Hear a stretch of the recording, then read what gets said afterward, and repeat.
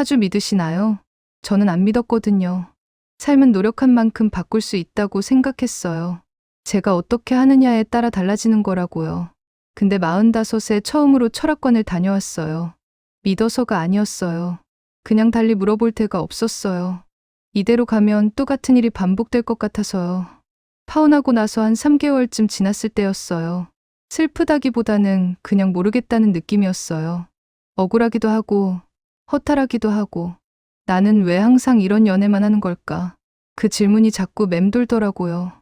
노력해도 안 되는 건지 아니면 원래 이런 팔자인 건지 그걸 한번 확인하고 싶었어요. 아는 언니가 소개해줬던 유명하다고 소문난 철학관이 떠올랐어요. 예약하고 가서 한참 기다렸다가 들어갔는데 선생님은 그냥 평범한 아주머니처럼 보이시더라고요. 생년월일이랑 태어난 시간 말씀드렸더니 주변에 남자가 엄청 많겠는데요. 근데 제대로 된 사람이 하나도 없어요. 연애운은 많은데 결혼운이 너무 약해요. 그냥 혼자 사세요. 괜히 무리해서 맞추려고 하면 더 힘들어질 팔자예요. 반박하려고 했는데 어떤 말부터 해야 할지 모르겠더라고요. 인정하는 게 싫었던 거겠죠. 그때는 그냥 웃고 넘겼는데요. 지금 생각해보면 틀린 말은 하나도 없었더라고요. 저는 지금 45이에요. 이혼도 했고 파혼도 했고 그 사이에 연애도 여러 번 했어요. 한마디로 남자복이 없는 여자예요. 남자가 없었던 적은 없었는데 제대로 된 사람이 왔던 적도 없어요. 근데 왜 이렇게 됐는지는 아직도 잘 모르겠어요. 처음 결혼했던 사람은 같이 있으면 편했고 웃는 날도 많았거든요. 둘 사이엔 딱히 문제가 없었어요. 그러다 어느 날 남편 카드 명세서를 보게 됐어요. 알 수 없는 지출이 너무 많은 거예요. 이거 뭐야? 나중에 설명할게. 알고 보니 빚이 있었어요. 결혼 전부터요. 저한테는 말을 안 했던 거고요. 왜 말 안 했어? 말하면 나랑 결혼 안 할 것 같아서. 빚이 대체 얼마야? 금액을 듣고 나니까 감이 오더라고요. 열심히 벌어서 해결할 수 있는 수준이 아니었어요. 그래도 같이 버텨보려고는 했어요. 근데 돈 문제가 얽히니까 사람도 사랑도 변하더라고요. 남편도 점점 신경질적으로 변했고 사소한 일에도 짜증을 냈어요. 말투도 거칠어졌고요. 1년을 더 버텼어요. 같이 벌어서 갚으면 된다는 생각으로 열심히 살았어요. 그러는 동안 저는 점점 더 혼자였고 남편은 오히려 뻔뻔해졌어요. 결국 버티다가 이혼했어요. 이미 울 만큼 울어서 눈물이 안 나오더라고요. 이혼하고 3년쯤 지났을 때예요. 지인 소개로 남자를 한 명 만났는데요. 나이도 비슷하고 직장도 있고 반듯해 보이는 사람이었어요. 남자는 처음 두세 달은 다 똑같아요. 잘해주고 챙겨주고 영원히 사랑할 것처럼 굴죠. 1년을 만났고 상견례까지 했어요. 이제 식장만 들어가면 되는 줄 알았는데 파혼했어요. 이유가 좀 황당했어요. 그쪽 어머니가 끝까지 반대를 하셨대요. 이혼녀라는 것도 그렇고 아이가 없다는 것도 걸리신다고요. 나이도 있고 지금까지 안 생긴 거 보면 앞으로도 어떻게 될지 모르겠다고. 아이가 안 생기는 게 제 쪽 문제일 수 있다고까지 하셨다는 거예요. 저는 아이가 없으면 오히려 결혼이 더 쉬울 줄 알았거든요. 근데 그게 걸림돌이 되는 거예요. 지금 생각해보면 제가 마음에 안 드셔서 그런 이유를 붙이신 걸 수도 있겠더라고요. 미안해. 어머니가 계속 마음에 걸려 하셔. 그래서 어머니가 그렇게 말씀하시니까 나도 솔직히 확신이 안 서. 우리 결혼 조금 더 생각해보는 게 좋을 것 같아. 그 사람이 밉진 않았어요. 근데 그게 더 힘들더라고요. 미우면 욕이라도 하고 잊을 텐데 그러지도 못하니까 자꾸 떠오르더라고요. 그때 한동안 후유증이 오래 갔어요. 파혼하고 3개월쯤 지나서 철학관을 갔던 거예요. 그 뒤로도 연애는 계속됐어요. 몇 명을 더 만났는데 매번 비슷하게 끝났어요. 처음에는 다 괜찮아요. 연락도 자주 하고 밥도 먼저 사고 힘들다 하면 달려오는 척도 하고요. 근데 그게 오래 안 가요. 시간이 조금 지나면 꼭 하나씩 숨기고 있던 게 나오더라고요. 그때서야 알게 돼요. 아, 또 당했구나. 유부남이었던 사람도 있었어요. 만나는 동안은 전혀 몰랐죠. 돌싱이라고 당당하게 말했으니까요. 주말마다 연락도 하고 같이 데이트도 했거든요. 그러다 황당하게 알게 됐어요. 핸드폰을 2개 쓰고 있더라고요. 하나는 저랑 연락하던 거고 진짜 쓰는 폰은 따로 숨겨놓고 있었어요. 알고 보니 애가 셋이나 있는 유부남이었어요. 나 속인 거야? 자기야, 미안해. 속이려고 속인 건 아니고. 사실 이혼 준비 중이야. 조금만 기다려줘. 3달 안에 이혼하려고 했어. 그래서 말 안 했던 거야. 딱 들으면 알잖아요. 믿어달라는 사람치고 믿을 만한 사람 없다는 거. 더 들을 것도 없었어요. 그땐 자괴감까지 들더라고요. 속은 것보다 한 번도 의심을 안 했던 제가요. 그게 제일 괴로웠어요. 결국은 또 같은 자리라는 생각이 들어서 더 허무했어요. 또 어떤 사람은 연락이 항상 자기 편할 때만 왔어요. 꼭 늦은 밤에 연락이 오고요. 만날 때마다 술이 빠지는 날이 없었는데 나중에 알고 보니 핸드폰으로 도박까지 하는 사람이더라고요. 괜찮은 남자는 제 차례까지는 안 오는 것 같아요. 저는 큰 욕심도 없었거든요. 돈 많이 벌 필요 없고 중소기업이든 뭐든 직장만 있으면 됐고요. 키도 상관없고 잘생길 필요도 없었어요. 그냥 평범한 사람이면 됐는데. 근데 그게 제일 어렵더라고요. 친구들은 제 속도 모르고 이런 말을 해요. 야, 이제 그만 만나고 그냥 혼자 살아. 난 요즘 결혼 안 한 사람들이 제일 부럽더라. 한번 해봤으면 됐지. 또 뭐하러 그 고생을 하려고 그래? 맞는 말이긴 한데 남편 잘 만난 친구들이 말하니 더 허무해지더라고요. 나쁜 뜻으로 하는 말이 아닌 거 알아요. 근데 그 말을 듣고 나면 철학관에서 들었던 말이 자꾸 생각나더라고요. 남자는 계속 들어오는데 복은 없다고 했던 말, 혼자가 편한 팔자라고 했던 말, 인정하기 싫었는데 점점 인정이 되더라고요. 요즘도 만나는 사람이 있긴 해요. 직장 동료 소개로 알게 된 사람인데요. 49이고 이혼 경험도 있어요. 말이 많지 않고 조용한 스타일이에요. 지난번에 같이 밥을 먹었는데 대화도 잘 안 이어지고 특별한 감정도 없었어요. 집에 오는 길에 생각해봤는데 불편하진 않았어요. 근데 설레지도 않았고요. 가슴이 뛰었던 사람들은 끝이 좋았던 경우가 없었어요. 그래서 더 모르겠는 거예요.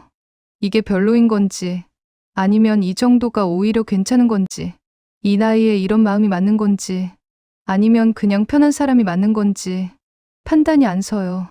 저는 거창한 걸 바라는 사람도 아니었어요. 그냥 조건 없이 제 편 하나면 됐거든요. 근데 그게 이렇게 안 되더라고요. 정말 팔자인 건지 노력으로 되는 게 아닌 건지 팔자라는 말이 참 싫은데 이상하게 제일 설명이 되는 것 같더라고요. 혹시 저 같은 분 계세요? 남자복 없다고 느껴본 적 있으신가요? 주말 부부라고 하면 사람들은 보통 이렇게 말해요. 진짜 부럽다. 주말 부부는 3대가 덕을 쌓아야 한다더라. 오히려 떨어져 있으면 사이 더 좋다며? 그 말 참 많이 들었어요. 남편이 일 때문에 지방으로 내려간 게 결혼 8년 차였어요. 저는 집 문제랑 학교 문제도 있고 해서 서울에 남았어요. 큰애가 그때 6살이었고 작은 애는 막 어린이집을 시작할 때였거든요. 어느새 결혼한 지 16년이 됐네요. 처음일 인연은 그래도 나쁘지 않았어요. 주말에만 보는 시간이 오히려 더 소중하게 느껴질 때도 있었고요.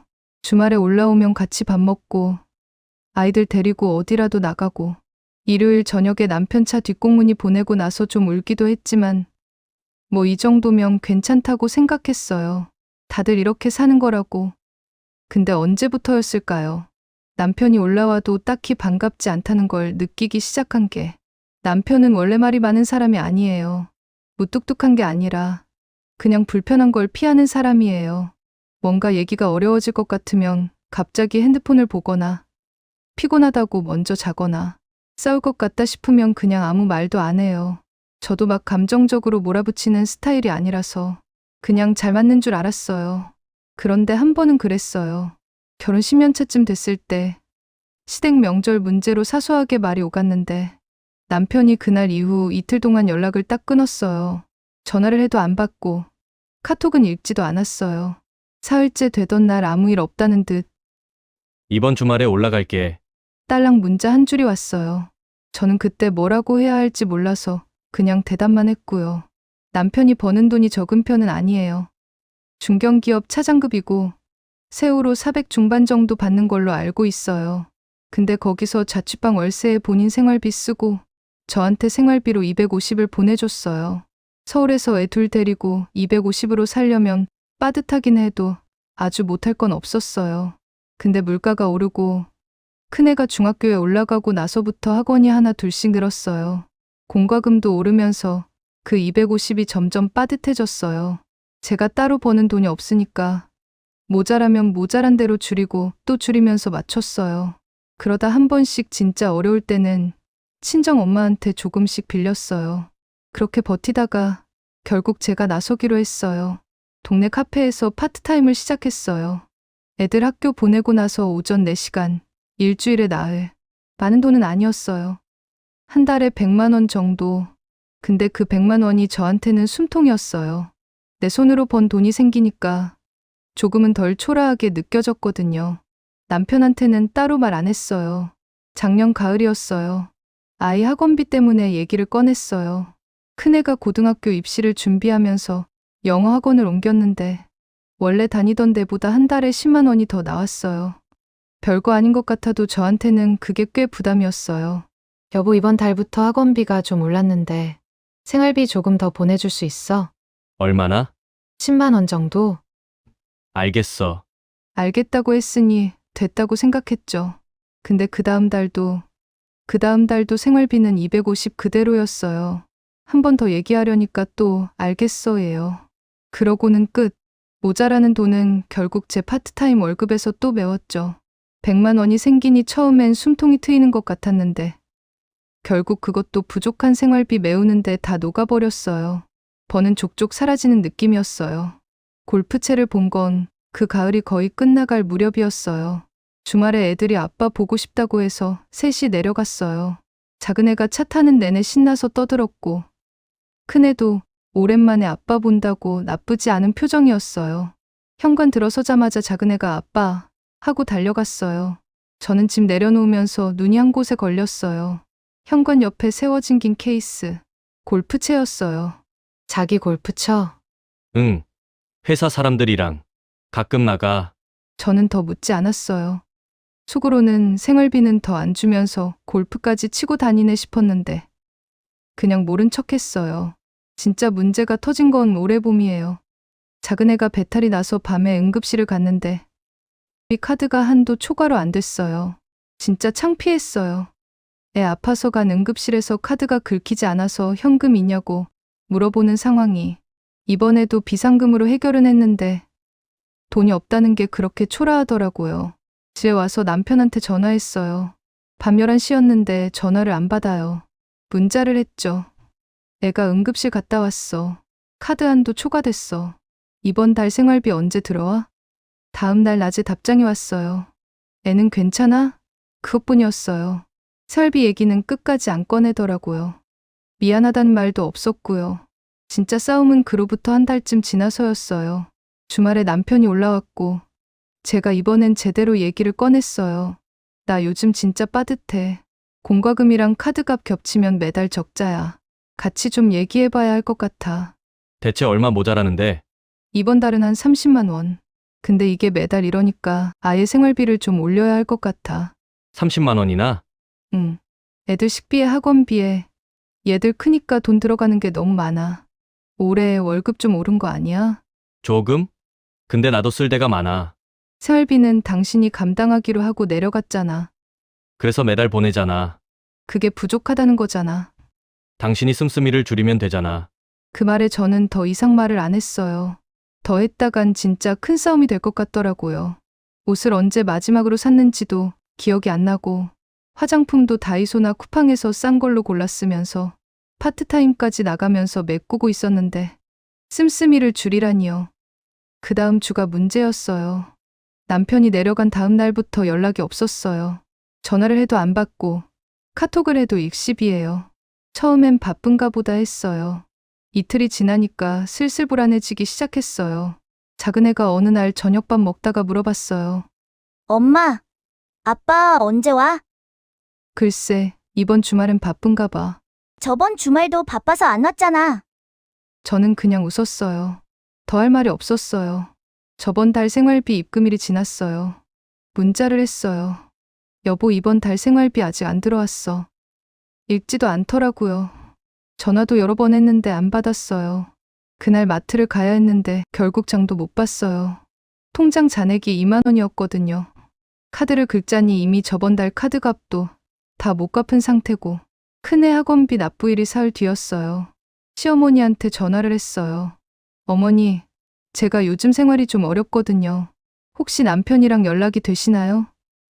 저는 연락이 잘 안 돼서요. 걔 원래 그런 애야. 골이 나면 혼자 삭히는 스타일이라. 좀 기다려봐. 며칠 있으면 풀려. 근데 어머니, 생활비가 이번 달에 아직 그것도 곧 보내겠지. 바쁜가 보지. 너도 좀 맞춰줘. 남자들이 다 그렇잖아. 자존심이 있어서. 팔은 안으로 굽는다지만 생활비가 모자란다는데 저렇게 말씀하시니까 좀 야속하게 느껴지더라고요. 전화를 끊고 나서 잠깐 멍하니 앉아 있었어요. 그놈의 자존심. 저도 파트타임 나가면서 엄마한테 빌리면서 이렇게 빠듯하게 사는데 남편 자존심까지 제가 챙겨야 하는 건가 싶더라고요. 결국 친정 엄마한테 전화했어요. 엄마, 나 이번 달 좀 빌려줄 수 있어? 또? 지난번에 빌려간 것도 아직인데. 혹시 김서방이 생활비 안 주니? 아니, 그런 건 아니고 빠듯해서 그래, 미안해. 이번엔 꼭 갚을게. 전화를 끊으면서 눈물이 나오려 했어요. 꾹 참았어요. 엄마한테 미안해서 속사정을 자세히 얘기 못했어요. 말하면 이혼하라고 할 게 뻔하고 꺼낼 자신도 없었거든요. 결혼할 때부터 엄마는 남편을 마음에 들어 하진 않았어요. 무뚝뚝하고 정이 없어 보인다고 하셨죠. 남편 연락이 다시 온 건 열흘 만이었어요. 이번 주 올라갈게. 그게 다예요. 왜 연락이 없었는지, 생활비는 어떻게 된 건지 아무 말도 없었어요. 금요일 밤에 남편이 올라왔어요. 애들은? 나 배고픈데 뭐 먹을 거 없어? 연락도 없이 열흘을 넘기고 와서는 너무 아무렇지 않게 굴더라고요. 저는 최대한 감정을 추스리고 시작했어요. 우리 얘기 좀 해야 할 것 같아. 이번 달 생활비가 안 들어왔잖아. 아, 또 돈 얘기야? 열흘 동안 연락도 없었고 나 그 사이에 친정 엄마한테 또 빌렸어. 남편이 아무 말도 안 해요. 왜 연락을 안 했어? 바빴어. 열흘 동안이나? 생활비는 왜 안 보냈어? 깜빡했어. 저는 그 말이 너무 가볍게 느껴졌어요.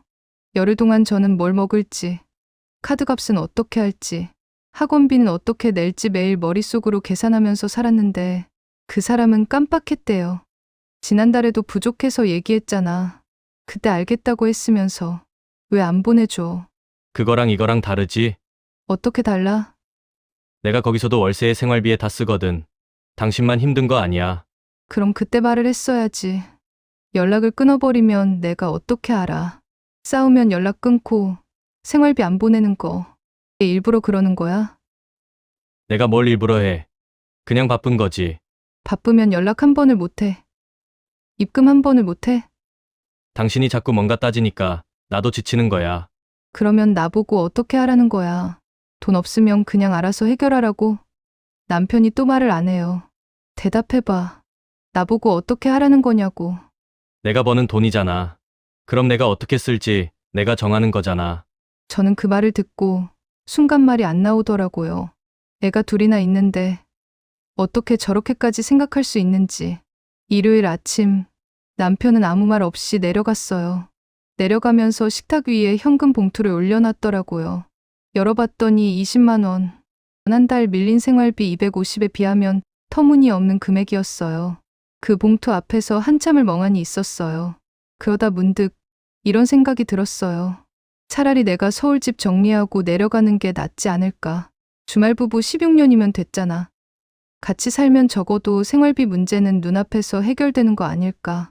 그래서 남편한테 전화로 말을 꺼냈어요. 우리 이참에 같이 사는 거 진지하게 생각해봐야 할 것 같아. 서울집 정리하고 거기로 내려갈게. 남편 반응이 이상했어요. 그 무뚝뚝한 사람이 갑자기 목소리가 높아졌어요. 그건 안 돼. 애들 학교는 어떻게 하려고. 전학시키면 되지. 지금 큰애가 몇 학년인데 말이 되는 소리를 해. 그럼 당신이 올라오면 되잖아. 내가 올라가면 직장은? 나도 그게 답답한 거잖아. 한참 옥신각신하다가 전화가 끊겼어요. 그 뒤로도 남편은 내려오는 것도 올라오는 것도 다 반대였어요. 현상 유지. 지금 이 상태 그대로만 원하더라고요. 근데 그게 이상하지 않아요? 같이 살자고 하면 싫다고 하고, 그렇다고 본인이 올라오지도 않고, 생활비도 제대로 안 보내면서 연락도 맘대로 끊는 사람이 이 얘기를 친한 친구한테 했더니 친구가 한참 듣다가 조심스럽게 물었어요. 야, 근데 혹시 바람 피우는 거 아니야? 아니면 돈 사고 친 거 아닐까? 가까이 사는 것도 아니고 연락도 마음대로고 돈도 갑자기 이러면. 저는 아니라고 했어요. 아니겠지 했어요. 근데 솔직히 말하면 모르겠어요. 뭔가 숨기는 게 있는 건지, 아니면 그냥 저라는 존재가 이 사람한테 그 정도밖에 안 되는 건지. 어느 쪽이든 너무 씁쓸해요. 사연을 쓰면서 생각이 조금 정리된 것 같아요. 평일에는 친정 엄마한테 애들 맡기고 남편한테 말 안 하고 한번 내려가 볼까 싶어요. 제 눈앞에 어떤 상황이 펼쳐질지 저도 벌써부터 조금 두렵긴 해요. 판도라의 상자가 될 것 같아서요. 그래도 열어보는 게 맞는 거겠죠? 그리고 상황이 어떻게 되는지 나중에 다시 한번 사연 남겨볼게요. 이렇게라도 털어놓으니 한결 편안하네요. 제 이야기 들어주셔서 감사합니다. 나는 괜찮은 줄 알았어요. 솔직히 말하면 저는 제가 외롭다는 걸 인정하는데 오래 걸렸어요. 52년을 살았는데 그 중에 20년 넘게를 혼자 다 했거든요. 무늬만 남편이었죠.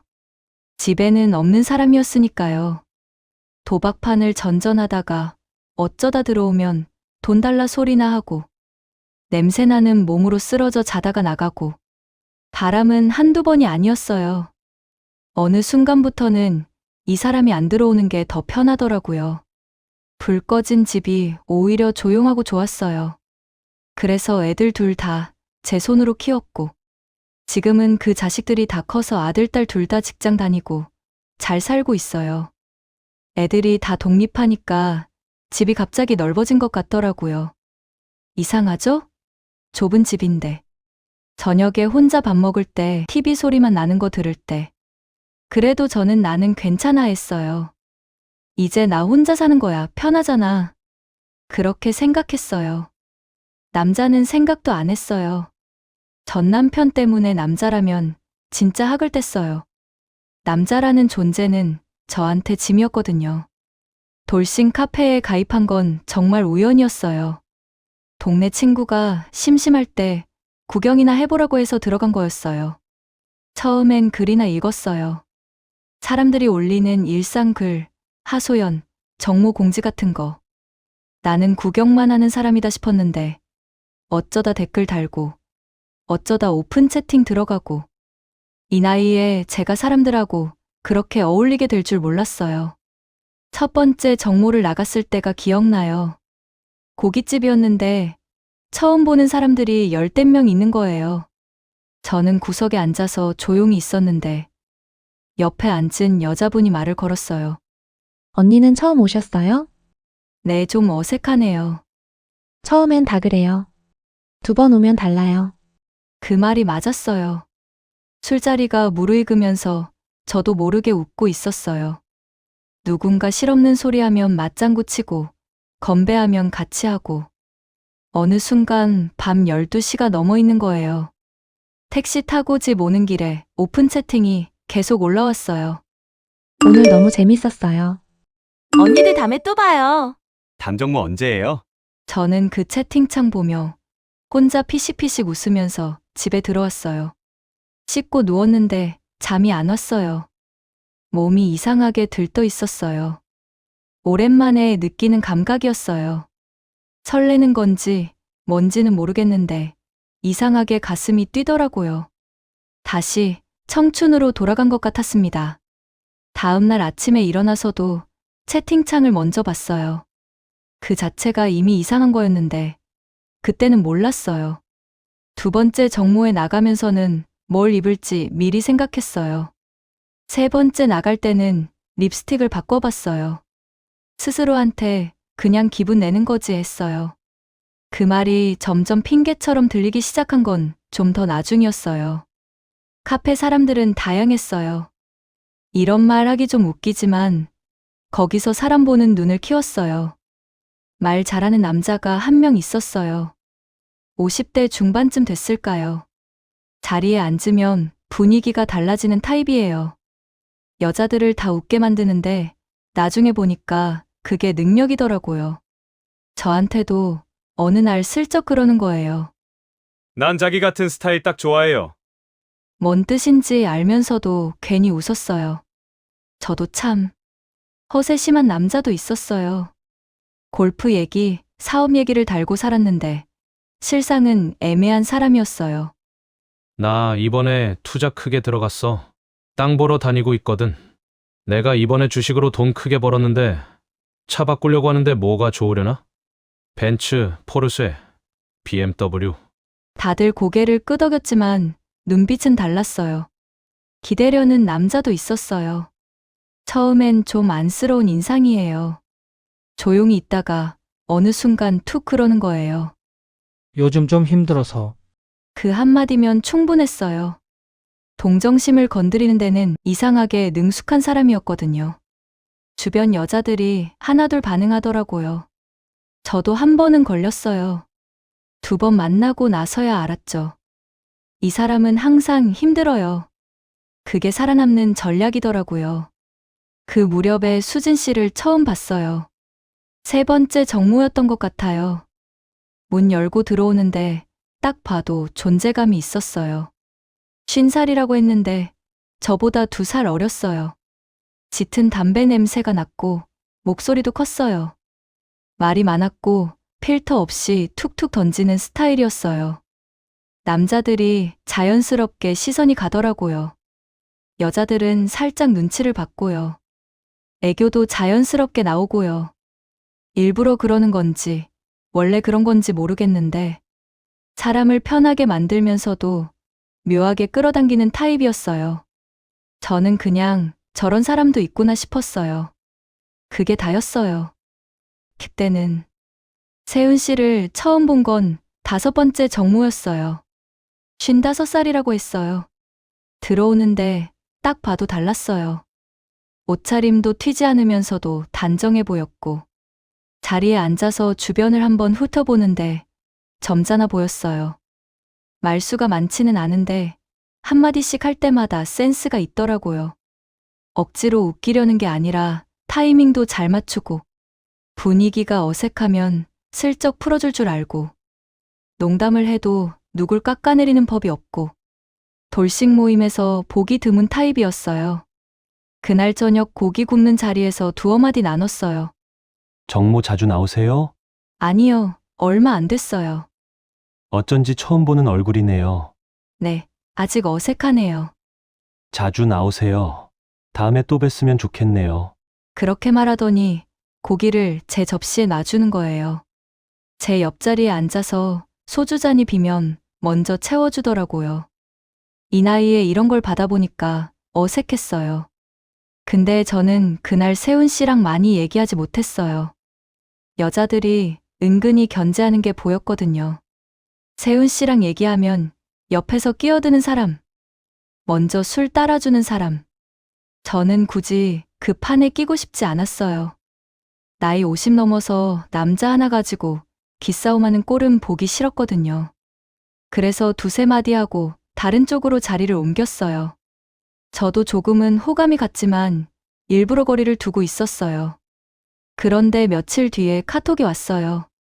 저번에 자리 옮기시던데 제가 뭔가 실수한 거예요? 피식 웃었어요. 눈치가 있는 사람이었어요. 아니요. 그냥 아는 분이 저쪽에 있어서요. 다행이다. 괜히 제가 눈치 없이 술 너무 많이 들였나 싶었어요. 며칠 간격으로 카톡이 왔어요. 길게 주고받지는 않았는데 부담스럽지 않게 한두 마디씩 이어졌어요. 딱 제가 슬슬 잊으려고 하면 나타나는 거예요. 지금 생각하면 그게 시작이었던 것 같아요. 그러다가 어느 날 저녁에 카톡이 왔어요. 저 지금 댁 근처 왔는데 커피 한잔 하실 수 있어요? 지금 어디예요? 그 집 역 근처요. 부담되면 괜찮아요. 저는 코트를 집어들었어요. 카페에서 처음 마주 앉았는데 어색하지가 않았어요. 거기 정모 나가는 게 재밌어요? 그냥 나가다 보니까 괜찮더라고요. 혼자 계신 지는 좀 되셨어요? 네. 좀 됐어요. 많이 외로우셨겠어요. 그 말에 대꾸를 못했어요. 괜히 눈물이 날 것 같아서 커피잔을 내려놨어요. 세훈 씨가 분위기를 알고 웃으면서 말했어요. 너무 깊게 물어봤죠? 죄송해요. 직업병이에요. 그 사람이 웃으니까 분위기가 금방 풀리더라고요. 커피값은 세훈 씨가 냈어요. 제가 지갑을 꺼내려고 하니까 손을 살짝 막았어요. 다음에 사주세요. 집에 오는 길에 괜히 웃음이 나더라고요. 다음 날도 만났어요. 국밥에 소주 한잔 했어요. 특별한 얘기를 한 것도 아니고 그냥 이런저런 얘기하다 보니까 시간이 늦어졌어요. 밖에 나오니까 바람이 좀 쌀쌀하더라고요. 많이 춥죠? 네, 좀 집에 가야 하는데 발이 잘 안 떨어지더라고요. 세훈 씨가 제 손을 잡았어요. 조금만 더 있다가 가실래요? 그날은 저도 마음이 없진 않았어요.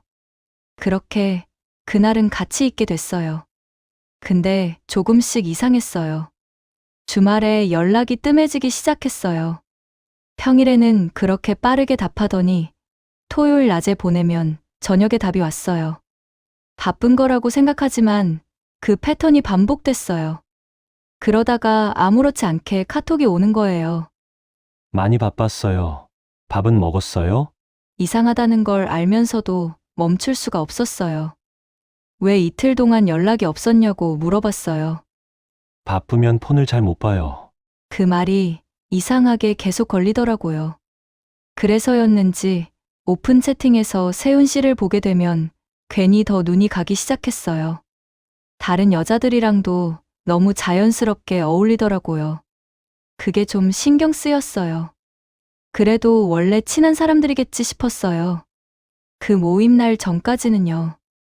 돌싱 카페에서 1박 2일 펜션 모임을 잡았어요. 경상도 쪽이었는데 10명 조금 넘게 모였어요. 거기서 다시 봤어요, 수진 씨를. 처음 봤을 때랑 똑같았어요. 들어오면서부터 목소리가 컸고 담배 냄새가 났고 아는 사람들한테 거침없이 말을 걸었어요.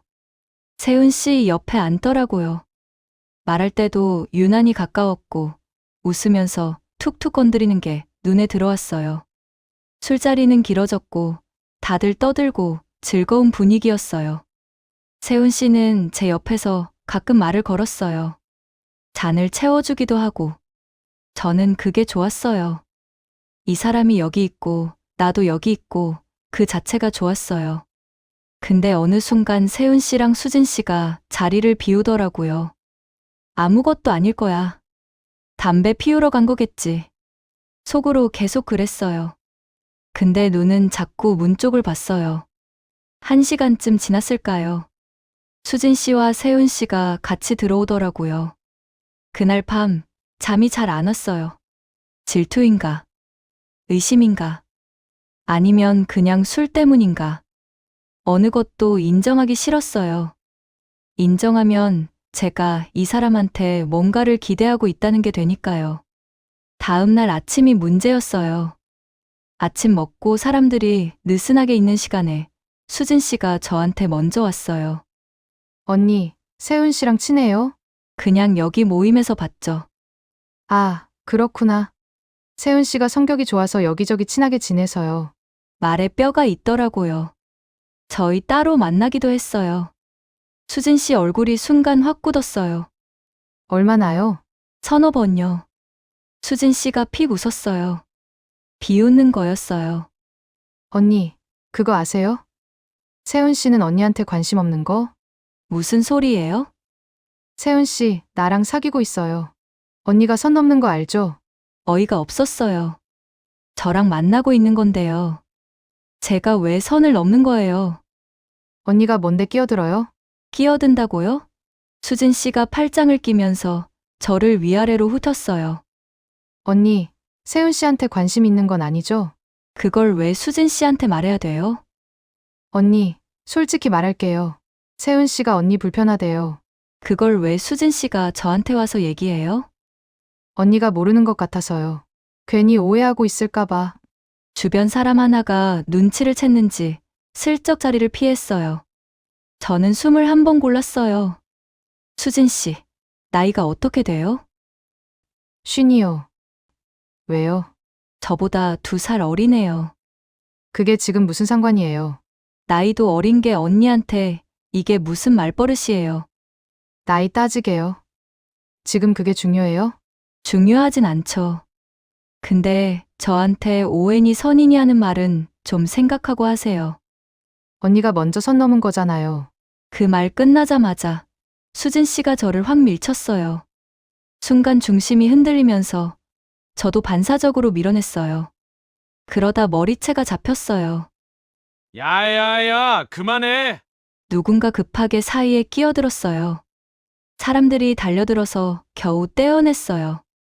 정신 차리고 주변을 봤는데 세훈 씨가 조금 떨어진 데서 서 있더라고요. 당황한 얼굴로 쳐다만 보고 있었어요. 눈이 마주치자 시선을 피하더니 슬그머니 자리를 피했어요. 저는 화장실에 들어가서 찬물로 얼굴을 씻었어요. 거울에 제 얼굴이 보였어요. 머리가 헝클어져 있고 눈이 부어 있었어요. 제가 너무 낯설더라고요. 내가 누구지? 이게 뭔 짓이지? 그 생각만 맴돌았어요. 나중에 알게 됐어요. 세훈 씨한테 여자가 여럿이었다는 게 돈도 좀 있고 매너도 좋고 그래서인지 여자들이 많이 붙었고 그냥 다 받아주고 있었더라고요. 집에 돌아와서 이틀 동안 거의 누워 있었어요. 수치스러웠어요. 52살의 몸싸움이라니. 허무함과 모욕감 때문에 괴롭더라고요.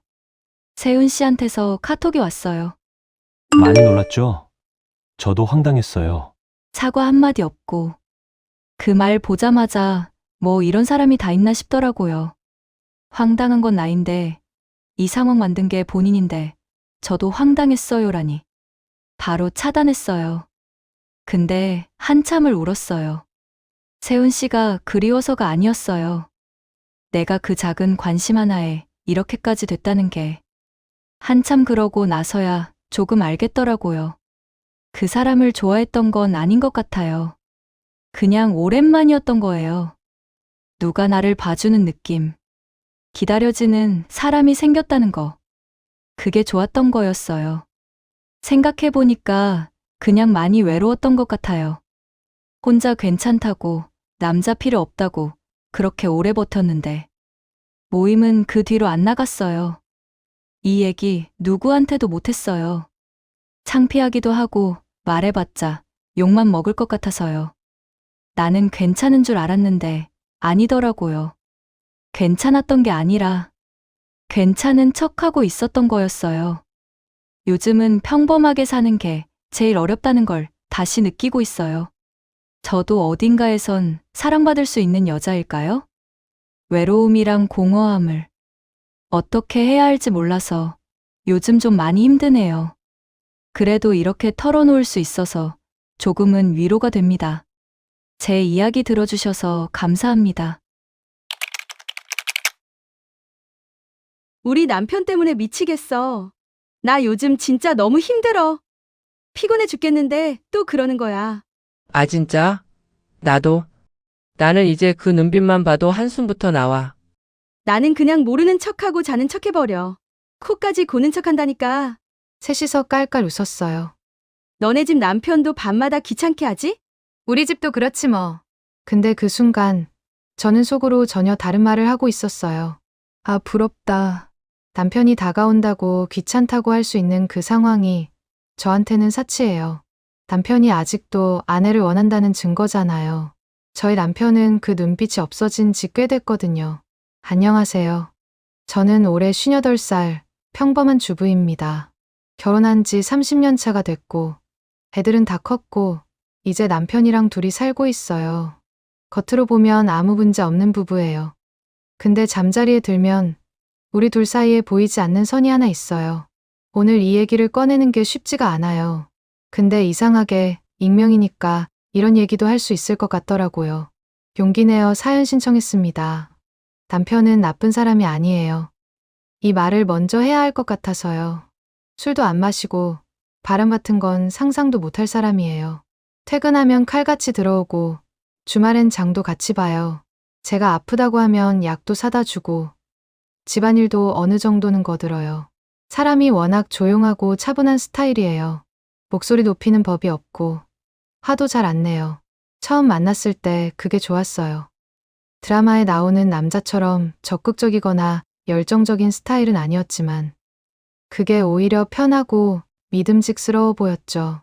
시혼 때도 남편은 먼저 다가오거나 표현하는 걸 잘 못하는 사람이었어요. 다른 집 남편들처럼 들이대거나 귀찮게 구는 일이 없었거든요. 저는 그게 나쁘지 않았어요. 그땐 오히려 편했죠. 친구들이 우리 남편은 눈치도 없이 또 그런다고 할 때 저는 속으로 우리 남편은 안 그래서 다행이다 싶었으니까요. 근데 지금은요. 그나마 있던 그것마저도 없어졌어요. 정확히 언제부터인지는 모르겠어요. 딱 어느 날 갑자기 달라진 게 아니라 돌아보니까 그렇게 돼 있었어요. 스킨십이 줄더니 어느 순간 없어졌고 눈빛이 달라지더니 완전히 무덤덤해졌어요. 이제는 자다가 손이 닿으면 남편이 슬쩍 돌아누워요. 일부러 그러는 건지 아닌지도 모르겠어요. 나란히 소파에 앉아 TV를 봐도 옆에 오래된 친척이 앉아 있는 것 같아요. 처음엔 그냥 피곤한가 보다 했어요. 그 다음엔 나이가 드니까 그럴 수도 있지 했어요. 그렇게 몇십 년이 지났고 괜찮은 남편인데 나를 여자로는 안 본다는 거. 그 두 가지를 같이 받아들이는 게 생각보다 훨씬 힘들더라고요. 제일 힘든 건 이유를 모른다는 거예요. 내가 뭘 잘못한 건지, 살이 쪄서 그런 건지, 남편도 나이가 드니까 그렇게 되는 건지, 요즘 남자도 갱년기가 있다는데 혹시 그건지, 아니면 원래부터 표현이 적었던 사람이라 더 그렇게 된 건지. 시혼 때도 다른 집처럼 왕성한 편은 아니었거든요. 근데 그때는 그래도 조금은 있었는데 지금은 그것마저도 없어지니까 혼자 별별 생각을 다 해봤어요. 한 번은 미용실에서 머리를 확 바꿨어요. 평소에 안 하던 파마를 했어요. 미용실 언니가 훨씬 젊어 보인다고 해서 괜히 기대를 하고 들어갔어요. 밥 다 됐어? 나 머리 했는데 그래. 그게 다였어요. 미용실 가는 길에 혼자 설렜던 게 부끄러워지는 순간이었어요. 그냥 밥이나 하러 부엌에 들어갔어요. 남편이 좋아하는 음식을 일부러 자주 해봤고 주말에 드라이브 가자고 먼저 말도 걸어봤어요. 남편은 다 좋다고 했어요. 맛있다고도 했고 드라이브도 잘 다녀왔지만 근데 그게 다였어요. 집에 돌아오면 또 그래요. 씻고 TV 보다가 자는 거예요. 남편은 아무렇지 않은 얼굴이에요. 참다 제가 먼저 다가간 적이 있어요. 밤에 남편이 누워서 핸드폰 보고 있는데 저도 옆에 누워서 남편 가슴에 슬쩍 손을 얹어서 스킨십을 했어요. 별거 아닌 것 같지만 저한테는 꽤 용기 낸 거였어요. 미안, 그냥 자자. 나 오늘 좀 피곤해. 핸드폰은 그대로 보면서요. 그날 잠이 잘 안 왔어요. 그날이 처음이 아니었거든요. 그 전에도 피곤하다고 했고 그 전전에도 피곤하다고 했고 늘 똑같은 말이었어요. 근데 그날은 서운한 것보다 자존심이 더 상하더라고요. 내가 왜 이렇게 눈치를 봐야 하지? 내가 왜 거절당해야 하지? 그것도 부부 사이에 이상하게 오기가 생겼어요. 며칠 뒤에 또 다가갔어요. 남편은 또 피곤하다고 했고 또 며칠 뒤에 다가갔더니 이번엔 그냥 모른 척 하더라고요. 돌아눕는 거예요. 그러다 어느 날 밤 제가 끈질기게 조르니까 남편이 그냥 받아줬어요. 미안했던 건지 아니면 그냥 귀찮으니까 빨리 끝내려던 건지 그건 저도 몰라요. 근데 막상 그날 밤이 끝나고 나서 저는 이상하게 더 허탈했어요. 관계는 너무 빨리 끝났고 끝나자마자 남편이 아무 말도 없이 그냥 일어나서 욕실로 들어가는 거예요. 그러고는 잠시 후에 나와서 그냥 누웠어요. 돌아눕더니 금방 자더라고요. 전 너무 서러워서 눈물까지 났죠. 뭔가 한마디라도 해줄 줄 알았어요. 수고했어도 아니고 그냥 이름이라도 한번 불러줄 줄 알았는데 제가 원했던 건 이런 게 아니었거든요. 그냥 따뜻한 게 필요했던 거예요. 이 사람한테 내가 아직 여자라는 느낌, 소중한 사람이라는 느낌. 근데 그날 느낀 건 그냥 내가 귀찮은 걸 해결해줬다는 느낌이었어요. 그게 차라리 거절당하는 것보다 더 서럽더라고요. 그날 이후로 저는 먼저 다가가는 걸 딱 끊었어요. 더 이상 그 느낌을 또 겪고 싶지 않아서요. 작년 결혼기념일이었어요. 며칠 전부터 준비했어요. 남편이 좋아하는 갈비찜을 해놓고 케이크도 조그맣게 하나 사다 뒀어요. 분홍색 초 2개. 살 때는 좀 유치한가 싶었는데 그날만큼은 뭔가 달라지지 않을까 싶었거든요. 기원날이라도 남편이 다가와 줄까 싶은 마음이 올라왔어요. 오랫동안 꾹꾹 눌러왔던 그 마음이. 남편은 밥 잘 먹었어요. 고생했어. 그 한마디 하고 소파에서 TV 보다가 먼저 들어가서 잤어요. 남은 케이크를 정리하면서 괜히 눈이 뜨거워졌어요. 억울한 것도 아니고 슬픈 것도 아니고 반쯤 남은 케이크를 한참 들고 있다가 결국 다시 냉장고에 넣었어요. 새벽에 잠이 안 와서 핸드폰을 켰어요. 중년 부부, 스킨십 없는 남편, 무관심한 남편. 기억 검색어를 혼자 치고 있으면서 스스로가 좀 우습다는 생각도 들었어요. 비슷한 고민을 가진 분들이 생각보다 많더라고요. 댓글에 저도요. 나만 이런 게 아니었네요. 이런 말들이 달려있고. 위로가 되면서도 더 슬펐어요. 이렇게 많은데 왜 다들 그냥 이렇게 살고 있는 걸까? 해결이 안 되는 건지, 그냥 이렇게 사는 게 맞는 건지. 먹고 싶으면 먹고, 자고 싶으면 자는 게 사람이잖아요. 근데 성욕도 그런 거 아닌가요? 부끄러운 것도 아닌데, 그냥 사람이면 당연히 있는 건데, 근데 남편은 성욕이 아예 없는 것 같아요. 어떤 글에서 무성욕자라는 말을 봤는데, 읽으면서 우리 남편 얘기 같다는 생각이 들었어요. 근데 저는요, 성욕이 없는 사람이 아니거든요. 그걸 어디서 어떻게 해결해야 하는 건지, 그냥 이렇게 없는 셈 치고 살아야 하는 건지, 이 나이에 이런 고민을 하는 내가 이상한 건지, 결국 제가 먼저 말을 꺼냈어요. 어느 날 저녁 밥 먹고 나서 남편이 소파에 앉길래 저도 옆에 앉았어요. 나 할 말이 있어. 우리 너무 남남 같지 않아? 그게 무슨 말이야? 당신은 나한테 관심이 하나도 없는 것 같아서. 갑자기 왜 그래? 갑자기가 아니야. 한참 됐어. 손도 안 잡고 말도 없고 내가 여자로 보이긴 하는 거야? 이 나이 먹고 뭐래? 우린 이제 그런 사이 아니잖아. 그 말을 듣는 순간 머리가 잠깐 멍해지더라고요. 억지로 목소리를 가다듬고 말했어요. 그래도 당신 너무 무심한 거 아니야? 가끔 손이라도 잡아줬으면 좋겠어. 지나가다 어깨라도 한번 토닥여주는 거. 그게 그렇게 어려워? 알았어. 그렇게 할게. 그 알았어가 진심인지 아닌지 저는 알 것 같았어요. 그냥 대화를 끝내고 싶은 알았어였어요. 그날 이후로 남편이 달라졌냐고요. 며칠은 좀 신경 쓰는 것 같았어요. 자기 전에 가끔 손도 잡아주고 그래도 저는 어색하면서도 좋았어요. 손 한번 잡아주는 게 뭐라고. 하지만 그게 한 달을 못 갔어요. 어느 순간 다시 예전으로 돌아가 있었어요. 남편한테는 이게 별로 중요한 문제가 아닌가 봐요. 아니면 정말로 그 감각 자체가 없는 사람인 건지. 결국 그날 크게 부딪혔어요. 당신 진짜 너무하네. 말하면서 목소리가 점점 커지더라고요. 나 여자로서 자존심 다 버리고 얘기한 거야. 나한테 당신이 뭐야? 도대체 남편 맞아? 다른 집 남자들은 60 넘어도 다들 쌩쌩하다던데. 나 지금 뭐야? 남편은 있는데 과부처럼 살고 있는 거잖아. 나 혼자 사는 거랑 뭐가 달라? 다른 집 얘기 좀 그만해. 사람마다 다른 거지. 그걸 왜 나한테 그래?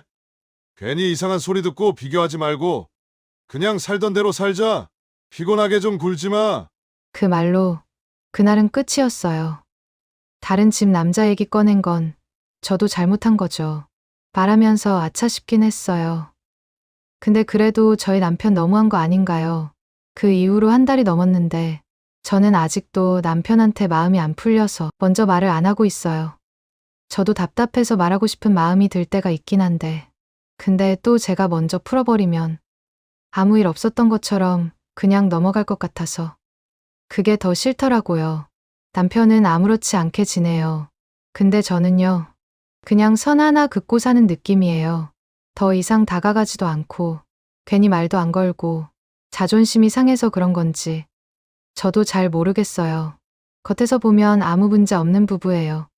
남편은 오늘도 금방 잠들었어요. 이 나이에 그런 걸 바라는 게 욕심인 건가? 나는 이걸 그냥 없는 셈 치고 살아야 하는 건가? 아직은 포기하고 싶지 않아요. 그게 솔직한 마음이에요. 이게 부부가 나이 들어가는 자연스러운 모습인 건지, 아니면 저희 남편이 좀 이상한 건지. 혹시 저희 집 같은 부부 있나요? 아들이 여자를 데려온다고 했을 때 솔직히 저는 기대보다 걱정이 앞섰습니다. 38이 될 때까지 변변한 연애 한 번 못 해봤던 아이거든요. 아들 걱정을 안 해본 날이 없었는데 막상 여자가 생겼다고 하니까 또 다른 걱정이 시작되더라고요. 성격이 워낙 순해서 여자한테 먼저 다가가질 못하는 편이라 속으로 늘 마음이 쓰였습니다. 작은 회사에 다니는 평범한 아이인데 결혼을 생각해서 미리 지방에 아파트 하나를 마련해뒀거든요. 아들 명의로 해뒀고 지금은 세를 주고 있는데 결혼하면 그 집에 들어가 살 수 있게 미리 준비해둔 거였습니다. 그래서인지 그냥 지나칠 수가 없었어요. 단순한 연애가 아니라 이미 다음 단계를 생각하고 있는 상황이었으니까요. 그래서 오히려 여자친구가 생겼다는 말을 들었을 때 괜찮은 사람이었으면 우리 애랑 잘 맞는 사람이면 좋겠다는 생각이 들었습니다. 처음 인사를 하러 온 날이었습니다. 깔끔하게 차려입고 왔고 현관에서 허리 숙여 인사도 잘했습니다. 어머니, 처음 뵙겠습니다. 잘 부탁드려요. 목소리도 또렷하고 성격도 사근사근했고 부침성도 있는 것 같았습니다. 어머, 이거 다 어머니가 하신 거예요? 너무 맛있겠다. 그러고는 저를 보면서 환하게 웃었습니다. 예쁘게 생겼고 말도 잘하고 겉보기에 나무랄 데가 없었습니다. 근데 이상하게 마음이 안 놓였습니다. 뭐라 꼬집어 말하기가 어려웠어요. 딱히 무례한 것도 아니고 밥도 잘 먹고 싹싹하긴 했는데 그냥 어딘가 자연스럽지가 않다는 느낌. 공연장에서 배우가 연기하는 걸 보는 것 같달까요? 딱 그 느낌이었습니다. 문신을 본 건 밥 먹고 나서였습니다. 아들이 잠깐 화장실에 간 사이 그 애가 부엌에서 설거지를 거들겠다고 나섰어요. 어머니, 제가 할게요. 앉아 계세요. 아이고, 됐어. 손님이 뭘. 아니에요. 제가 해야죠. 시킬 생각은 없었는데 먼저 나서는 모습이 기특했습니다. 그러면서 소매를 걷어붙이는데 순간 저도 모르게 손이 멈췄습니다. 왼쪽 팔뚝에서 팔꿈치 아래까지 큰 나비 문신이 있었습니다. 날개가 쫙 펼쳐진 형태였는데 색도 들어가 있고 크기가 상당했어요. 꽤 오래된 것처럼 색이 자연스럽게 배어 있었고요. 저는 아무 말도 못했습니다. 표정 관리가 됐는지도 모르겠어요. 그냥 그래, 고마워하고 돌아섰는데 그 뒤로 계속 그게 머릿속에 걸렸습니다. 그걸 보고 나니까 그 전까지 괜찮다고 느꼈던 것들이 전부 다시 보이기 시작했습니다. 솔직히 말하면 이해하려고 애는 썼어요. 요즘 젊은 사람들 문신 많이 한다는 거 저도 모르는 건 아니었으니까요. 근데 아는 것과 받아들여지는 건 또 다른 문제더라고요. 그냥 제가 살아온 세상에서 그건 함부로 사는 사람한테 있는 거였거든요. 머리로는 그럴 수 있다고 하면서도 가슴은 자꾸 다른 말을 했습니다. 그날 저녁 아들한테 조심스럽게 말을 꺼냈습니다. 준아, 그 애 팔에 문신이 있던데. 엄마, 요즘 문신 있는 사람 얼마나 많은데 엄마가 너무 옛날 방식으로 생각하는 거야. 아무리 그래도 그렇지. 여자가 문신은 좀. 그냥 패션이야.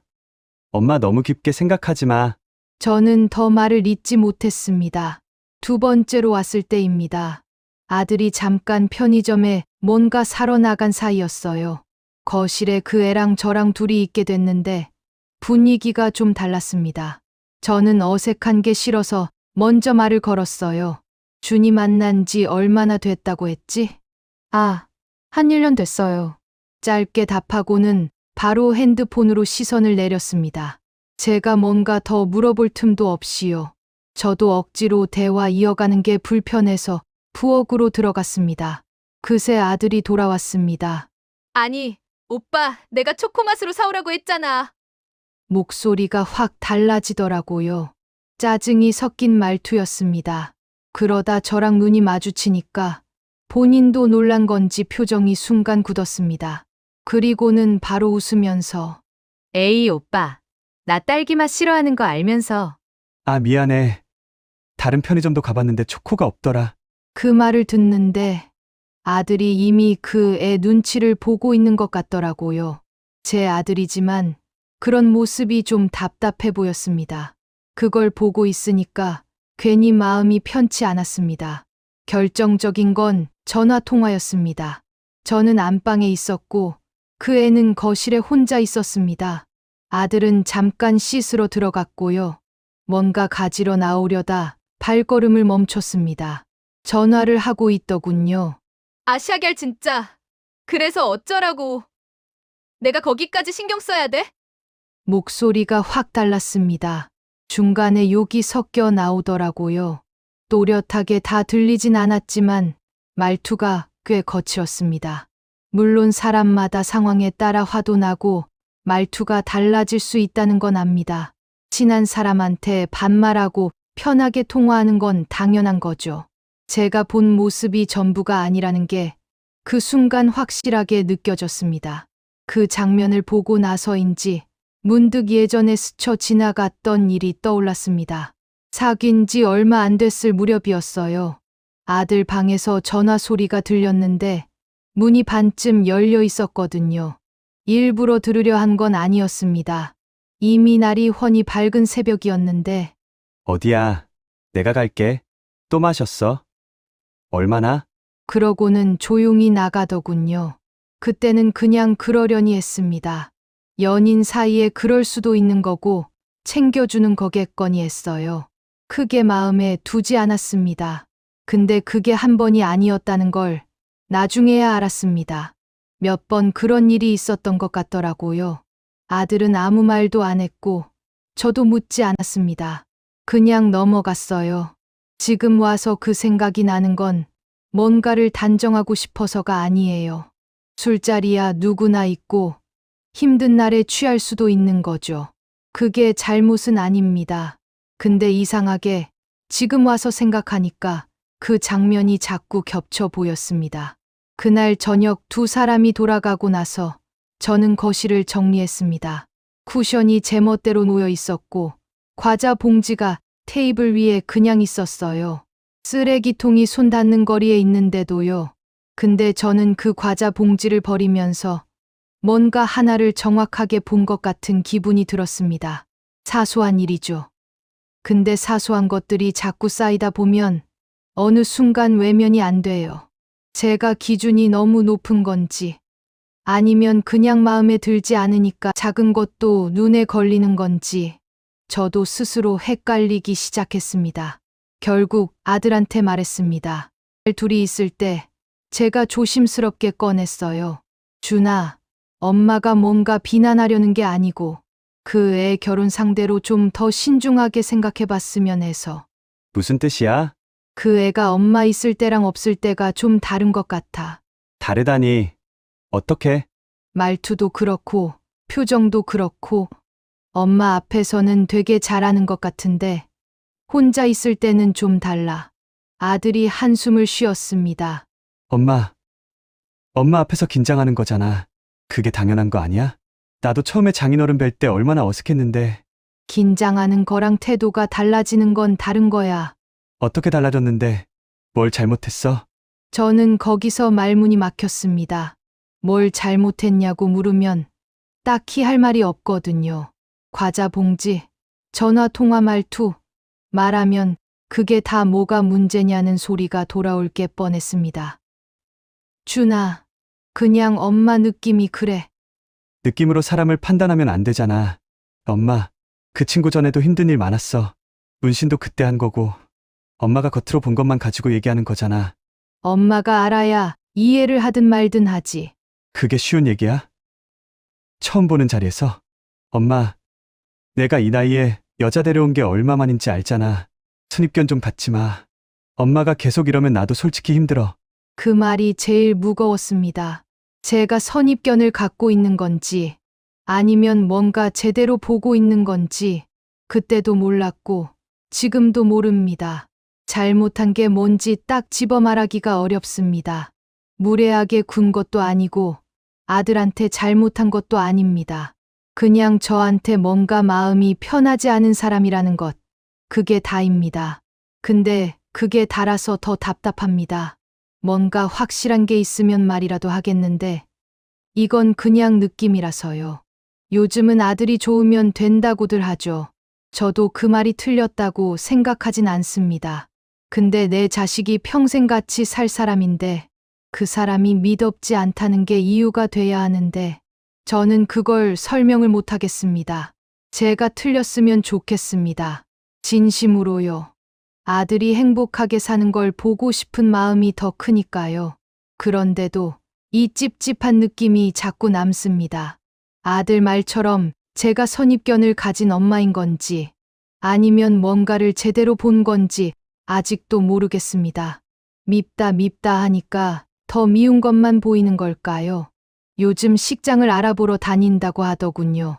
그 말을 듣고 나서 한동안 아무 말도 못했습니다. 이제 느낌이 어쩌고 할 시간이 없다는 게 그제야 실감이 됐습니다. 이 상황에서 제가 아무 말도 안 하는 게 맞는 건지, 아니면 지금이라도 말을 해야 하는 건지, 그걸 아직도 모르겠습니다. 말했다가 아들이랑 멀어질까봐 무섭고, 안 했다가 나중에 후회할까봐 또 무섭고, 어느 쪽이든 마음이 편하질 않습니다. 그냥 제가 잘못 본 거였으면 좋겠습니다. 두고두고 틀렸다는 소리를 들어도 괜찮으니까. 그냥 아들이 잘 살았으면 좋겠습니다. 여러분이라면 이 결혼 허락하시겠나요? 안녕하세요. 저는 결혼 5년 차이고 아직 아기가 없어서 열심히 병원 다니고 있어요. 오늘은 제 부모님 얘기를 좀 하려고요. 몇 번 쓰다가 지웠고 또 쓰다가 닫았어요. 근데 이걸 어딘가에 털어놓지 않으면 계속 저 혼자 안고만 있어야 할 것 같아서요. 남편한테도 다 얘기하기가 미안하고, 친구한테 하자니 말이 너무 길어질 것 같고, 그냥 모르는 분들한테 털어놓는 게 오히려 편할 것 같았어요. 저희 집은 모태신앙 가정이에요. 외할머니가 교회 다니셨고, 엄마도 그 교회에서 나고 자라셨고, 저도 그 교회에서 세례받았어요. 태어나기도 전부터 교회 다닌 거죠. 저한테 교회는 그냥 삶이었어요. 공기처럼요. 그 모든 것 중에 가장 중심에 있는 사람이 엄마였어요. 엄마는 교회에서 소문난 권사님이었어요. 누가 힘들다고 하면 제일 먼저 달려가고, 새벽 기도 한 번도 안 빠지고, 어려운 성도 있으면 반찬도 해서 갖다 주고, 제가 어릴 때 기억나는 엄마 모습은 항상 부엌에서 뭔가 끓이거나 성경 펼쳐놓고 앉아 계시거나 둘 중 하나였어요. 제가 어릴 적 집에 교회 성도들이 자주 왔어요. 갑자기 연락도 없이 오는 경우도 있었는데, 엄마는 한 번도 귀찮은 티를 안 내셨어요. 금방 밥상 차려내고 과일 깎아서 내오고. 저는 어릴 때 그게 당연한 줄 알았어요. 제가 초등학교 때 수두에 걸렸던 적이 있어요. 온몸에 딱지 나고 가려워서 밤에 잠을 못 잤는데, 엄마가 새벽 내내 기도해 주시고 제 옆에 앉아서 손을 잡아줬어요. 가려우면 손이 가니까 엄마가 제 손을 꼭 붙잡고 계신 거예요. 다음 날 눈이 퉁퉁 부어 있으셨는데 저를 보시면서 이렇게 말씀하셨어요. 이제 다 나았으니까 됐다. 중학교 때 시험 망친 날 말도 안 하고 방에 들어가 있었는데 엄마가 문 앞에 간식을 놓고 가셨어요. 아무 말도 없이요. 그냥 문 두드리고 놓고 가셨어요. 그게 엄마 방식이었어요. 말없이 항상 제 옆을 지켜주는 분이었죠. 남편이 처음 인사드리러 왔던 날, 나중이 저한테 이러더라고요. 장모님이 밥 먹는 내내 반찬을 집어주시는데 내가 뭘 좋아하는지 어떻게 아셨지? 저는 그게 엄마한테는 그냥 자연스러운 거라고 했어요. 마음이 그쪽으로 가 있으면 손이 먼저 움직이는 사람이라고. 아빠는 좀 다른 사람이었어요. 엄마가 감으로 움직이는 분이라면 아빠는 따지는 사람이었어요. 뭐든 근거가 있어야 하고 말이 돼야 하고 앞뒤가 맞아야 하는 분. 교회는 오래 다니셨지만 열심 있는 신앙인이라기보다는 그냥 가족을 따라 함께 앉아 있는 분에 가까웠어요. 설교 시간에 졸다가 엄마한테 옆구리 찔리는 게 아빠의 주일 풍경이었어요. 근데 아빠는 엄마를 믿는 사람이었어요. 엄마가 하는 건 다 이유가 있다고 생각하는 분이었거든요. 그게 평생 쌓인 신뢰였어요. 그래서 더더욱 아빠는 그런 데에 휩쓸릴 사람이 아니라고 생각했어요. 3년 전쯤이었어요. 엄마가 조금씩 달라지기 시작했어요. 어느 날 전화가 왔어요. 엄마 목소리가 평소보다 좀 들떠 있었어요. 엄마는 요즘 다른 데서 예배 좀 드려보고 있어. 저는 그냥 그러려니 했어요. 흔한 일처럼 느껴졌거든요. 한 달쯤 지나서 또 전화가 왔어요. 있잖아. 30년 넘게 신앙생활했는데 이제야 진짜 말씀을 만난 것 같다. 어디 교회길래? 작은 곳이야. 근데 거기 목사님이 직접 계시를 받으신 분이야. 성경에 숨겨진 걸 풀어주시는 분. 순간 뭔가가 서늘했어요. 계시를 받으신 분. 그 표현이 자꾸 머릿속에 걸렸어요. 그 다음부터 엄마 말투가 조금씩 달라졌어요. 처음엔 너무 미묘해서 저도 몰랐어요. 전에는 기도해야지, 감사하다, 이런 말을 하셨는데 어느 순간부터 달랐어요. 말씀을 받았어. 깨달음을 얻었어. 진리가 보여. 그리고 확신의 온도가 달라졌어요. 기존 교회 얘기가 나오면 목소리가 딱딱하게 굳었어요. 거기는 말씀이 없어. 사람들이 모르는 거야. 형식만 지키는 거지. 30년 다닌 교회를 두고 그 말씀을 하시는 거예요. 그러다가 이런 말도 나왔어요. 내가 이제야 눈이 뜨인 거야. 그러면 그 전에 30년은 뭐였던 걸까 싶어요. 엄마가 스스로를 부정하는 것 같았어요. 그때까지만 해도 아빠는 변하지 않았어요. 엄마가 그 교회 얘기를 꺼낼 때마다 아빠가 면박을 주셨어요. 아빠한테 전화해서 엄마 요즘 어떠냐고 물으면 아빠가 피식 웃으면서 말했어요. 뭐가 계시야? 그냥 현혹된 거지. 내가 가보겠냐? 아빠는 절대 안 간다.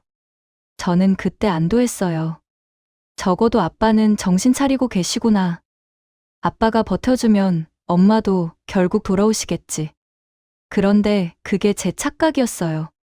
반년쯤 지나자 엄마가 눈에 보이게 달라져 있었어요. 통화하면 그 교회 얘기만 나왔어요. 거기서 누가 병이 나았다. 누가 사업이 풀렸다. 목사님이 이런 말씀을 해주셨다. 한 가지 주제로만 계속 달리는 느낌이었어요. 그러다가 엄마가 저한테 같이 가보자고 하기 시작했어요. 처음엔 가볍게 꺼내셨어요. 한 번만 와봐. 너도 느낄 수 있을 거야. 거기 가면 달라. 지금 시험관 시술 중이라 몸도 힘들고 마음도 많이 예민한 상태라 정서적으로 교란되고 싶지 않다고 했어요. 그래서 더 가야 해. 기도 받으면 돼. 거기 목사님이 불임도 고쳐주셨대. 순간 숨이 막혔어요. 불임. 그 단어가 나왔을 때 한동안 아무 말도 못했어요. 잠깐 있다가 겨우 입을 열었어요. 엄마, 그런 말 하지 마. 김신이랑 믿음 연결 짓지 마. 사실인데 왜 안 해? 믿음이 없어서 그래. 엄마가 틀렸다고 화내는 것보다 거절하는 내가 나쁜 딸 같은 기분이 드는 게 더 힘들었어요. 이성으로는 이상한 데라는 걸 아는데 마음 한구석에서는 자꾸 죄책감이 생겼어요. 그러던 어느 날 아빠한테서 전화가 왔어요. 목소리가 좀 이상했어요. 조심스럽다는 게 느껴졌어요. 한참 다른 얘기를 하다가 아빠가 뜸을 들이더니 은정아, 아빠가 엄마 말 들어보니까 좀 다른 것 같더라. 말씀 들어보면 너도 생각이 달라질 거야. 아빠, 전에는 절대 안 간다고 하셨잖아요. 그때는 그랬는데 엄마가 그렇게 달라졌는데 뭔가 있는 게 맞지 않겠냐. 그때 알았어요. 아빠도 그 교회를 다니기 시작했다는 걸. 그 다음부터는 아빠가 서서히 바뀌었어요. 통화할 때마다 아빠 말이 조금씩 갈라졌어요. 가봤더니 나쁘진 않더라. 엄마 말이 맞는 것 같아. 목사님이 하시는 말씀에 뭔가 있는 것 같다. 너도 말씀만 들어봐. 한번 가보는 게 뭐가 문제냐. 가슴이 내려앉았어요. 그 말은 안 가는 제가 문제 있다는 말이잖아요. 아빠까지 그 논리 안에 들어간 거잖아요. 그 무렵부터 이모 얘기가 슬쩍 끼기 시작했어요. 이모도 요즘 거기 나간다고. 외삼촌도 한번 가봤다고. 엄마 목소리가 뭔가 흡족한 것 같았어요. 가족이 늘어나는 게 좋은 거라는 듯이. 그 이후로 가족 모임이 달라졌어요. 명절에 외가에 갔는데 이모도 그 교회에 다니고 있었어요. 목사님 이번 말씀이 진짜 달랐어. 집회도 곧 있는데 엄마가 바로 맞장구를 쳤어요. 아빠도 끄덕였어요. 저는 숟가락을 들고 그냥 앉아 있었어요. 외삼촌도 이제 같이 얘기를 했어요. 가족 중에서 제일 이성적인 분이라고 생각했던 분이 그 얘기를 하는 걸 보면서 순간 제가 뭔가 놓친 게 있나 싶었어요. 내가 잘못 판단하고 있나? 이게 다 나쁜 건 아닌가? 그러다가 이모가 저를 보면서 조용히 말을 걸었어요. 너도 한번 와봐. 거기 가면 달라. 기도받으면 아기도 생길 수 있어. 저는 그냥 웃으면서 알겠다고 했어요. 아니라고 말할 에너지도 없었고요. 식탁에 앉아서 둘러봤어요. 저를 제외하고 거기 있는 어른들이 전부 그 얘기를 하고 있었어요. 저만 혼자 다른 나라에 있는 것 같았어요. 이상한 사람이 나인 건가? 가족이 이렇게 많은데 나만 불편해하는 건가? 가족 모임에서 그 얘기가 나올 때마다 저는 점점 조용해졌어요. 반박하면 혼자 싸우는 게 되고 그냥 있으면 동의하는 것 같고 저는 그 자리에서 어떻게 있어야 할지 모르는 채로 밥만 먹었어요. 남편이 옆에서 제 손을 가끔 잡아줬어요. 말은 안 했는데 그게 느껴지면 눈물이 날 것 같았어요. 참았어요. 집에 오는 차 안에서 남편이 조심스럽게 저를 봤어요. 오늘 힘들었지? 저는 짧게 대답만 하고 창문 쪽으로 고개를 돌렸어요. 더 말하면 울 것 같아서요. 남편은 이 상황을 알아요. 근데 어느 순간부터 이 얘기를 꺼내는 게 조심스러워졌어요. 남편도 어떻게 해줄 수가 없는 일이고, 제가 얘기할수록 남편 얼굴이 같이 무거워지니까, 알면서도 혼자 안고 있는 게 더 편해졌어요. 그게 또 슬프더라고요. 그러던 중에 돈 문제가 느껴지기 시작했어요. 어느 날 엄마한테 전화했더니 뭔가 바쁜 것 같은 거예요. 나중에 알고 보니 그날 특별 연보가 있는 날이었어요. 헌금 많이 하냐고 단도직입적으로 물었어요. 믿음에는 물질도 드려야지. 얼마나 내는 거예요? 그건 하나님이랑 나 사이의 일이야. 두 분 수입이 넉넉하지 않은데 걱정된다고 했어요. 엄마가 흔들림 없이 말씀하셨어요. 하나님이 채워주셔. 더 이상 말을 못했어요. 그 대화에서 제일 무서웠던 건 금액이 아니었어요. 물어볼 수 없다는 구조가 무서웠어요. 가족인데 돈 얘기를 꺼내면 믿음의 문제가 되는 거잖아요. 그 통화 끊고 나서 한참 멍하니 앉아 있었어요. 그날 처음으로 이런 생각이 들었어요. 이 사람들이 내 부모가 맞나? 그리고 작년 추석이었어요. 엄마가 그 목사님 얘기를 꺼냈어요. 이번에 계시를 받으셨대. 곧 큰일이 일어날 거래. 우리도 준비해야 해. 김서방. 은정이가 계속 안 간다고 해서 내가 그동안 말은 안 했는데 자네가 먼저 믿으면 은정이도 자연스럽게 따라올 거야. 이번 주일에 같이 가보자. 그 순간 머리가 멍해졌어요. 남편까지 끌어들이는 걸 보고 더는 못 참겠더라고요. 엄마, 제발 좀. 은정아, 왜 이렇게 다쳐 있어? 가족이면 같이 해야지. 그 말 듣는데 숨이 턱 막히는 느낌이었어요. 한동안 아무 말도 못 하다가 겨우 입을 열었어요. 엄마, 나 시험관 시술하는 거 얼마나 힘든 줄 알아요? 나 이번 달에도 안 됐어요. 근데 엄마한테 말 안 했어요. 말해봤자 거기 가면 된다고 할 것 같아서. 그동안 한 번이라도 물어봤어요? 몸 괜찮냐고. 안 물어봤잖아요. 근데 목사님이 고쳐준다고. 지금 딸한테 하는 말이 그게 맞아요? 나는 너 잘 되라고 하는 말이야. 그게 잘 되라는 말로 들려요? 다들 아무 말도 안 하고 저만 이상한 사람 보듯 보고 있었어요. 그 순간 느꼈어요. 내가 아는 사람들이 아닌 것 같다는 걸. 너는 아직 진리를 모르니까 그런 말을 하는 거야. 그 말 듣고 더는 못 있겠더라고요. 아무 말도 안 하고 그대로 나와버렸어요. 그날 이후로 저는 가족 모임을 피하기 시작했어요. 이번 설에는 핑계를 댔어요. 몸이 안 좋다고, 남편 쪽 일정이 있다고. 거짓말이 아니라 살기 위해서였어요. 연락도 줄였어요.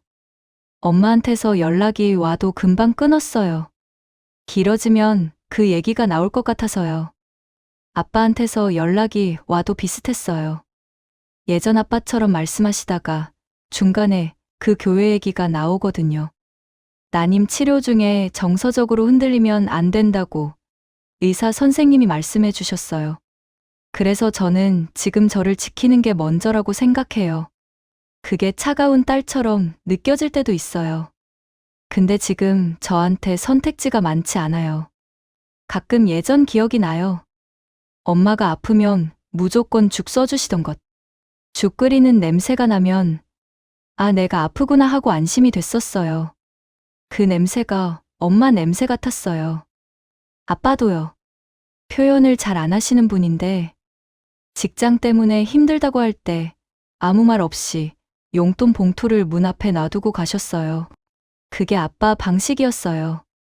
그 두 분이 지금 같은 곳을 보고 있어요. 저는 지금 모르겠어요.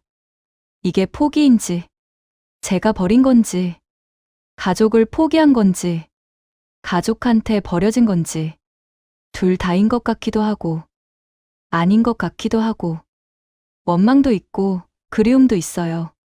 근데 요즘은 그리움보다 피로가 더 커요. 슬픔보다 무감각이 더 익숙해지는 것 같아서. 그게 제일 무서워요. 예전에는 엄마 목소리만 들어도 좀 괜찮아졌는데, 지금은 전화가 오면 받기 전에 한번 멈추게 돼요. 오늘은 어떤 얘기가 나올까? 그 멈춤이 언제부터였는지도 기억이 안 나요. 그냥 어느 순간. 그게 당연해져 있었어요. 곧 어버이날인데, 이번엔 어떻게 해야 할지 모르겠어요. 한 번 안 가고 나니까 더 어려워진 것 같아요. 아무 일 없다는 듯이 다시 가야 하는 건지, 아니면 그냥 이 거리 그대로 있어야 하는 건지. 저는 아직도 잘 모르겠어요. 긴 글 읽어주셔서 감사해요. 혹시 가족 중에 이런 분 계신 분 있으신가요? 한 명도 아니고 가족 여러 명이 같이 빠진 경우요. 어떻게 하셨어요? 기다리는 게 맞는 건지, 거리 두는 게 맞는 건지, 아니면 뭔가 다른 방법이 있는 건지. 저 진짜 모르겠거든요. 댓글로 얘기해 주실 수 있으면 좋겠어요.